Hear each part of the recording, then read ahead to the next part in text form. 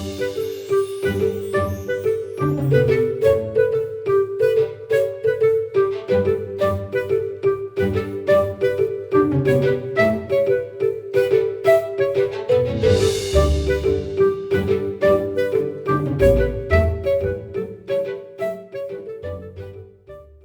my name's Chuck McVeigh. I'm a parishioner here at Holy Angels for about 15 years or so now.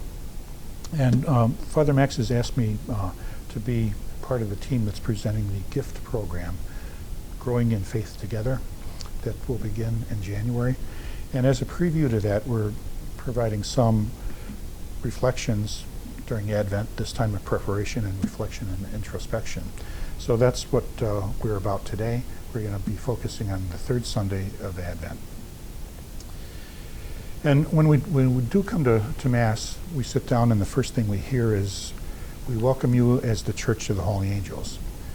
And I want to focus on that and talk about what it means to be the Church of the Holy Angels, because we're told at that time we are the Church of the Holy Angels.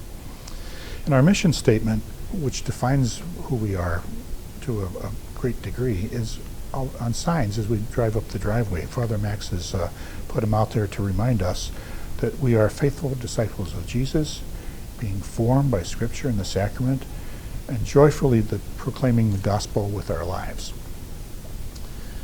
And we want to reflect on what it means to joyfully proclaim the gospel with our lives, because that's who we define ourselves as. Now, in the gospel today, on this third Sunday in Advent, the people asked John the Baptist what were they to do when he was teaching in the desert. And that's the question that I want to reflect on today. Now, what it means to joyfully proclaim the gospel. Our readings for the third Sunday of Advent are from Zephaniah, from Paul, Isaiah for a canticle, and they focus on joy because we're supposed to rejoice today. Gaudete in Latin means rejoice. It comes from the word gadere, to rejoice, and the te on the end, gaudete, means everybody. It's an invitation, it's an invocation to do it together, to rejoice together.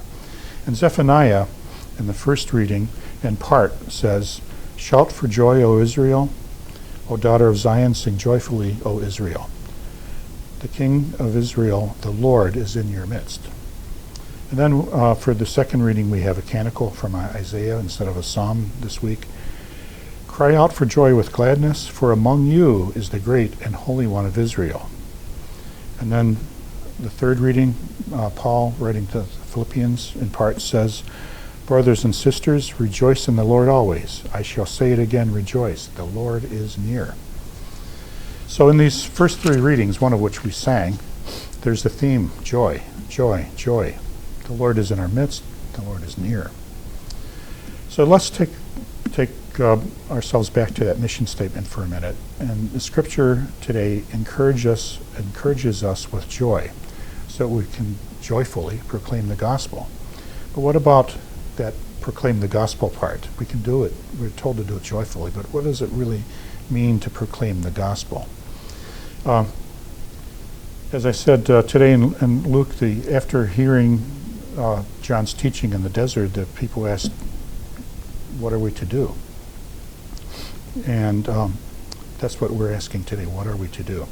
Now, there was one verse in that gospel that really caught my attention, and that's the verse, "Now the people were filled with expectation, and all were asking in their hearts whether John could be the Christ." Filled with expectation. It really caught me. Now for us, Advent's only 4 weeks. Israel had been waiting centuries for the Redeemer. No wonder their hearts were filled with expectation. It's hard for us to imagine what that meant to them. All were asking in their hearts whether John might be the Christ. They wanted to know, is this the guy? Is it finally here? Let's just put ourselves into the future a little bit. October 2022, the Cleveland Guardians are in the World Series. And it's tied 3-3 against the Chicago Cubs because we owe them. And in the last of the ninth inning, the Indians are down by a run. Bases are loaded, there's 2 outs. And who's coming to bat but Jose Ramirez, our best hitter. Can you imagine what it would be like to be there? The expectation, everybody on the edge of their seats. And then after a 3-2 count and a couple foul balls, Jose rips one down the right field line and 2 runs come in. And the Indians win the World Series. And that would be similar to what those people were feeling in ancient Israel at that time. Now, assuming that happens, that would be really good news. And that's good news is what we mean by gospel, the good news. At work the next day, what would we be talking about? Boy, when I saw that ball go over the first baseman's head, I knew it was over. We won. Finally. Our expectations have been satisfied. I've been waiting to see that for years, maybe somebody might say. So as we would share the good news the next day, that's what we have to do with the good news of the gospel. That's our mission. That's our mission statement. Joyfully proclaim the gospel with our lives. The word gospel is translated from a Greek word, euangelion, which means a good message. It was really a word that meant an official proclamation, like the emperor's son was born, the emperor married. It's an official pronouncement. The emperor's army has won a great battle, and that would be a euangelion, good news, a good message.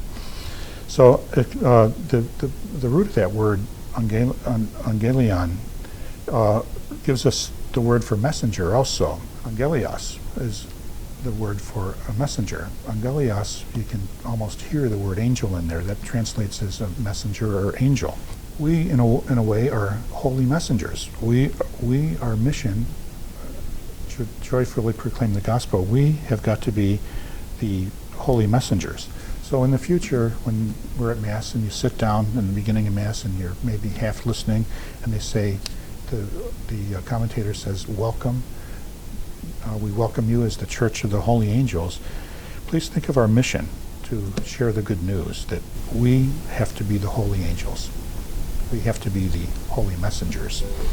God bless you all. Thank you. Merry Christmas.